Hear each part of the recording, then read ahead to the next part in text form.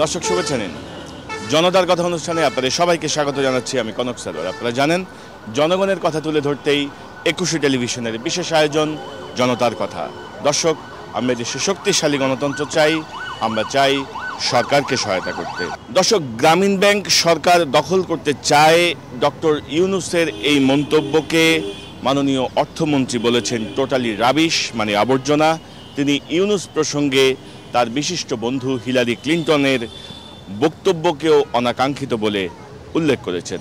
তো ডক্টর ইউনূসকে নিয়ে মাননীয় অর্থমন্ত্রীর যে মন্তব্য, কিভাবে দেখেন সাধারণ মানুষ, কিভাবে দেখেন? আমেরিকার সাথে বাংলাদেশের সুসম্পর্কটা যে দূরত্ব হয়ে যাচ্ছে অর্থমন্ত্রীর বক্তব্যতে, এটাই আমরা পরিষ্কারভাবে বুঝতে পারতেছি। সে একজন অর্থমন্ত্রী হয়, সে এই মন্তব্যটা করছে যে সেটা একটা খুব একটা যে ভালো করছে সেটা আমার কাছে মনে হয় সে নির্বুদ্ধিতার কাজ করছে। এটা গভর্নমেন্টের একটা পলিসি আছে, ব্যাংক মেনটেন করার একটা রুলস রেগুলেশন আছে, এই ফ্রেমের মধ্যে পড়ছে না বলেই এটা দখল করার ঘটনাটা এটা ঠিক না। একটি স্বাধীন সার্বভৌম দেশের অর্থমন্ত্রী হিসাবে সে অত্যন্ত দৃঢ়তার সহিত সঠিক কথাটাই বলেছেন। গ্রামীণ ব্যাংক একটি স্বতন্ত্র প্রতিষ্ঠান, ইউনূস একটি ব্যক্তি। একটি ব্যক্তির জন্য একটি প্রতিষ্ঠান ধ্বংস হতে পারে না। এটা অর্থমন্ত্রী দেউলিয়তপনা, এই জন্য যে উনি সব জায়গায় ফেল। এখন একটা নোবেল বিজয়ী একটা এত বড় একজন যে ডক্টর ইউনূস আর আমাদের এই ক্রিকেট, এই দুইটার জন্যে সারা পৃথিবীকে বাংলাদেশ চেনে। এখন সবখানে ফেল মারে। এখন ডাক্তার ইউনূসের এইটাতে ওরা মনে করতেছে প্রতিপক্ষ, আমাদের নেতৃত্ব থেকে ওনার বেশি। হ্যাঁ, ওই জন্য ওনার পিছনে লাগিয়ে গেছে। গতকালকে আমাদের অর্থমন্ত্রী যেটা বলছে আমি ওইটা নিষ্ঠভাবে সমর্থন করে, তার কারণ আমি তাকে অর্থমন্ত্রীকে বলতে চাই এটা কেন এত দেরিতে বলা হলো। এটা সরকার একটা ব্যক্তির কাছে কখনোই পরাজিত হতে পারে না। একটা সরকারের পরাজয় মানে সমস্ত জনগণের পরাজয়। অর্থমন্ত্রী আসলে আমাদের দেশে একজন ব্যর্থ অর্থমন্ত্রী। সাক্ষাৎকার যা বলছে বেশি কিছু বলে ফেলছে। তার সামাজিকতা অনুযায়ী তার কিছু লিমিটেশনের মধ্যে বলা উচিত ছিল। যে আমাদের অর্থমন্ত্রী একজন সম্মানিত ব্যক্তি, ওনার সবচেয়ে কথা সবই ঠিক আছে, ইউনূসের বিপক্ষে পক্ষে সবই ঠিক আছে, কিন্তু ওনার বডি ল্যাঙ্গুয়েজটা আমাদের জন্য, আমাদের জাতির জন্য খুবই খারাপ। সর্বময় ক্ষমতার অধিকারী হিলারি ক্লিন্টন এখন পররাষ্ট্রনীতিতে, সেই পররাষ্ট্রমন্ত্রীর সাথে ইউনূসের বক্তব্যের পরে যদি ওনাকে রাবিশ বলা হয় সেটা কিন্তু হিলারির ঘাড়ে পড়ে। বক্তব্যটা কালকে দিয়েছে, আমার মনে হয় সন্তোষজনক না। তো সে স্টপি কি আমার অর্থে আমি বলবো রাবিশ, এটা ঠিক না। একজন মন্ত্রী বক্তব্য এরকম হয় না, অশালীন বক্তব্য। তার মেধার মূল্যায়ন যোগ্যতার কারণে সে নোবেল হয়েছে, এটা আমাকে স্বীকার করতে হবে। এই স্বীকারটা আমরা করি না। সে বিরোধীদের যখন নিজের দিকে হয় তখন করি, কিন্তু বিরোধী দিল হলে তার কৃতজ্ঞতাকে আমরা মানি না। তত্ত্বাবধায়ক সরকারের সময় সে নিজে একবার দল গঠন করার জন্য চেষ্টা করছিল এবং সে দল গঠন করবে এরকম মোটামুটি সে নিজেই বলছিল। পরবর্তীতে যখন সে দল গঠন করতে ব্যর্থ হলো, পরবর্তীতে এখন বিএনপি ইউনূসকে নিয়ে আন্দোলন করে। আমলিগ চাইবে না তার একটা প্রতিপক্ষ তার শুভাকাঙ্ক্ষী কী করতে পারে, আমার শত্রু আমার জন্য কী মঙ্গল কামনা করতে পারে। ধন্যবাদ।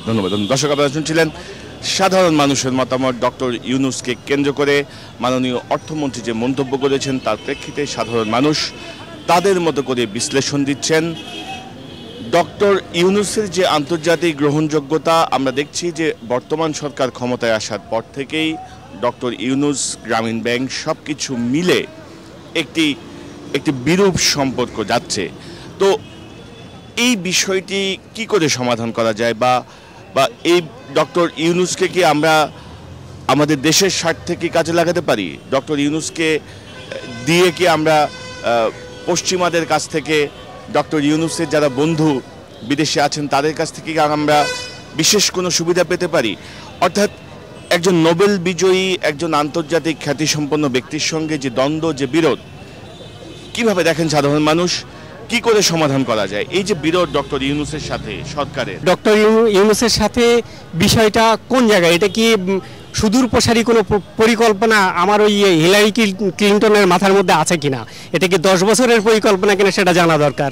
সেটা জানার তারপরেই সিদ্ধান্তটা নেওয়া উচিত। রাষ্ট্রীয় কাঠামোর সাথে ডক্টর ইউনূসের সাথে বসা, যে তোমার উদ্দেশ্যটা কি, তুমি কি চাও এবং কি করতে চাও, কি করবা, সেটাকে পরিষ্কার করো, নাকি তোমার ব্যক্তি স্বার্থ এবং ওই সাম্রাজ্যবাদের আমেরিকার স্বার্থকে তুমি আগামী 10 বছর পরে এখানে বাস্তবায়ন করতে চাও কিনা, সেই বিষয়টা বিবেচনার পরেই তার সঙ্গে সমাধানটা আসতে হবে, তার আগে নয়। হবে না। আমাদের দেশে কোনোদিন কোনো কিছু তো সমাধান হয় না, পলিটিক্যাল নেতারা যা ভালো বোঝে তাই করে, আমাদের সমাধান কেউ দিতে পারবে না। ডক্টর মোহাম্মদ শহীদুল্লাহ বলছে যে দেশে গুণীর কদর নাই সে দেশে গুণী জন্মে না।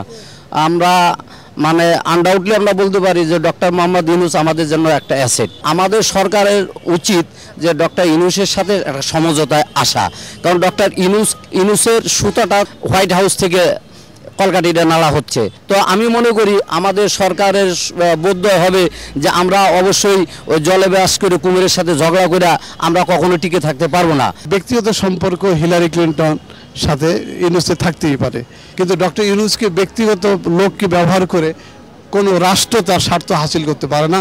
গভর্নমেন্টের সাথে গ্রামীণ ব্যাংকের সাথে একটা সমঝোতা হয়, সেটা করা উচিত অচিরেই। তাহলে দিন দিন যে দূরত্ব সৃষ্টি হইতেছে ডক্টর ইউনূসের সাথে, আমাদের ডক্টর ইউনূসের সাথে দূরত্ব সৃষ্টি মানে আমাদের আমেরিকার সাথে দূরত্ব সৃষ্টি হচ্ছে, কিন্তু কারণ এখানে আমেরিকা ডক্টর ইউনূসকে গুরুত্ব দিচ্ছে বেশি।